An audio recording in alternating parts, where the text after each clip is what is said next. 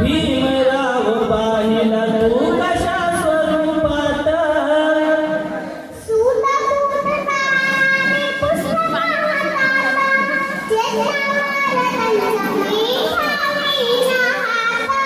सांग बाळा मला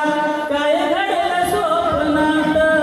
भीमराव पाहिला तू कशा स्वरूपात